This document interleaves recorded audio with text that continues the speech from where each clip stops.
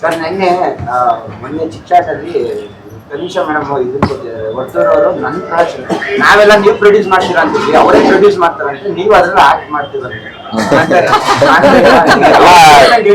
ನೀವು ಕೇಳಿದೀರಾ? ಇನ್ನ ತನಿಷಾ ಕೇಳಿಲ್ಲ, ಕೇಳ್ದಾಗ ಹೇಳ್ತೀನಿ. ಅವ್ರು ಹೇಳಿದ್ದು ಅವರೆಲ್ಲ ನಾನೇ ಪ್ರೊಡ್ಯೂಸ್ ಮಾಡ್ತೀನಿ ಅಂತ ಹೇಳೋರು. ಮಾಡನ್ ಬಿಡ್ರಿ, ನಾವು ಹೇಳೋದು ಮಾಡೋದು ಹೆಚ್ಚ. ಮಾಡಿದ್ರೆ ಹಳ್ಳಿಕಾರ್ ಮೇಲೆ ಒಂದು ಸಿನಿಮಾ ಬರ್ಬೇಕು ಅಂತ ಅಂತಾರೆ ಜನ ಎಲ್ಲ. ಅವರು ಆಕ್ಚುಲಿ ಪ್ಲಾನ್ ಐತೆ, ಅದು ಹೇಳಿದ್ರು ಏನಣ್ಣ ಯಾಕಂತಂದ್ರೆ ನಮ್ಮ ಕಲ್ಚರ್ನ ಮೇನ್ ಮಕ್ಳಿಗೆ ಕಲಿಸ್ಬೇಕು ಅನ್ನೋದು ನನ್ನ ಕಾನ್ಸೆಪ್ಟ್. ಅದೆಲ್ಲ ಒಂದ್ ಸಿನಿಮಾ ರೂಪದಲ್ಲಿ ಅದು ಮೂಡ್ ಬಂದು ಜನಕ್ಕೆ ತಲುಪುತ್ತೆ ಅನ್ನೋದಾದ್ರೆ ಮಾಡೋಣ ಬಿಡ್ರಿ. ಯಾಕಂದ್ರೆ ಇತ್ತೀಚೆಗೆ ನಮ್ಮ ಕಥೆಗಳು ಗೆಲ್ತವೆ, ಕಾಂತಾರ ಆಗಿರ್ಬೋದು, ಕಾಂತಾರ. ಹೌದೌದು, ಅದೇ ರೀತಿನೇನೆ ನಮ್ಮತನನ ನಮ್ಮ ಹಳ್ಳಿ ಸೊಗಡು ಅದಕ್ಕಿನ್ನ ಬಹು ಮುಖ್ಯ ಏನಂತಾರೆ ನಮ್ಮ ಮುಂದಿನ ಪೀಳಿಗೆಗೆ ನಾವ್ ಏನು ಕೊಡ್ಬೇಕು ಅನ್ನೋದನ್ನ ತೋರ್ಸ್ತಕ್ಕಂಥದ್ದು. ಆಲ್ರೆಡಿ ಒಂದಷ್ಟು ಡೈರೆಕ್ಟರ್ಸು ಕತೆಗಳು ಬರ್ದಿದ್ರಿ, ಹೇಳ್ರಿ ಇಲ್ಲ ನಮ್ದು ರೇಸ್ ಮುಗಿಲಿ ಅದಾದ್ಮೇಲೆ ಮಾಡ್ಬೇಕು ಅಂತ. ಡೆಫಿನೆಟ್ಲಿ ಅಂತ ಆಪರ್ಚುನಿಟಿ ಸಿಕ್ಕಿದಾಗ, ಬಿಗ್ ಬಾಸ್ ಅನ್ನೋದು ಆಪರ್ಚುನಿಟಿ, ಅದನ್ನ ಉಪಯೋಗಿಸ್ಕೊಳೋದು, ಅದನ್ನ ನಾವ್ ಹೆಂಗೆ ಉತ್ತುಂಗಕ್ಕೆ ತಗೊಂಡೋಗ್ಬೇಕು ಅನ್ನೋದು ನಮ್ಮ ಕೈಯಲ್ಲೇ ಇರ್ತದೆ. ಒಂದು ಚಿನ್ನದ ಕತ್ತಿ ಕೈಯಲ್ಲಿ ಕೊಟ್ಟವಾಗ ಎದೆಗೆ ಚುಚ್ಕೊಂಡ್ರೆ ಪ್ರಾಣನೂ ಹೋಗ್ತದೆ, ಅದರಿಂದ ಒಂದು ಆಪಲ್ ಕಟ್ ಮಾಡ್ಕೊಂಡು ತಿಂದ್ರೆ ಒಂದು ಹೊಟ್ಟೆನೂ ತುಂಬುತ್ತದೆ. ಹಂಗೆ ಹೇಳ್ತೀನಿ, ನಿಮ್ ಮಾಧ್ಯಮ ನೀವು ಒಂಥರ ಚೂರಿ ಇದ್ದಾಗ ನೀವು ಅಲ್ವಾ, ನಿಮ್ಮನ್ನ ಬಳಸ್ಕೊಳೋ ರೀತಿ ನಮ್ಮಲ್ಲಿ ಇರ್ತದೆ. ನೀವು ಪ್ರಶ್ನೆ ಕೇಳ್ಬೋದು, ಉತ್ತರ ಕೊಡೋದು ನಮ್ಮಲ್ಲಿ ಇರ್ತದೆ.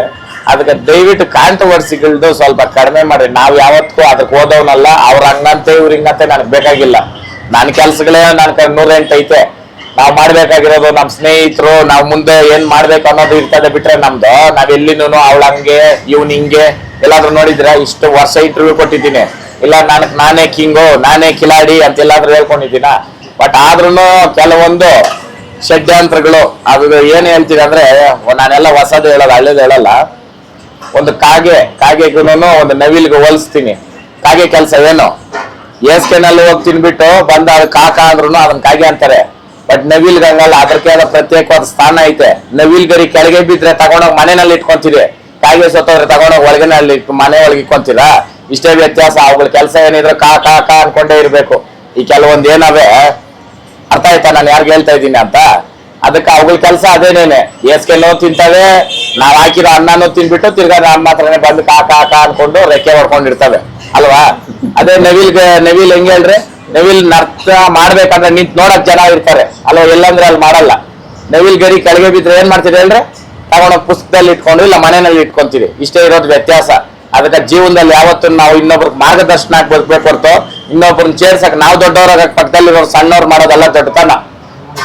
ಇದೊಂದು ತಿಳ್ಕೊಂಡ್ಬಿಟ್ರೆ ಇನ್ನೊಬ್ಬನ ಸುದ್ದಿ ಇನ್ನೊಬ್ರ ತಂಟೆಗೆ ಯಾರು ಹೋಗಲ್ಲ. ಅದು ಮೀರಿ ಹೋಗವ್ರು ಅಂತಂದ್ರೆ ಅವ್ರು ಇನ್ನೇನಕ್ಕೆ ಹೋಲ್ಸ್ಕೊಬೇಕು, ಅವ್ರೇ ತಿಳ್ಕೊಬೇಕು ಭೂಮಿ ಮೇಲೆ ಏನಕ್ಕೆ ಅವ್ರು ಹುಟ್ಟವ್ರೆ ಅನ್ನೋದು. ಏನಣ್ಣ?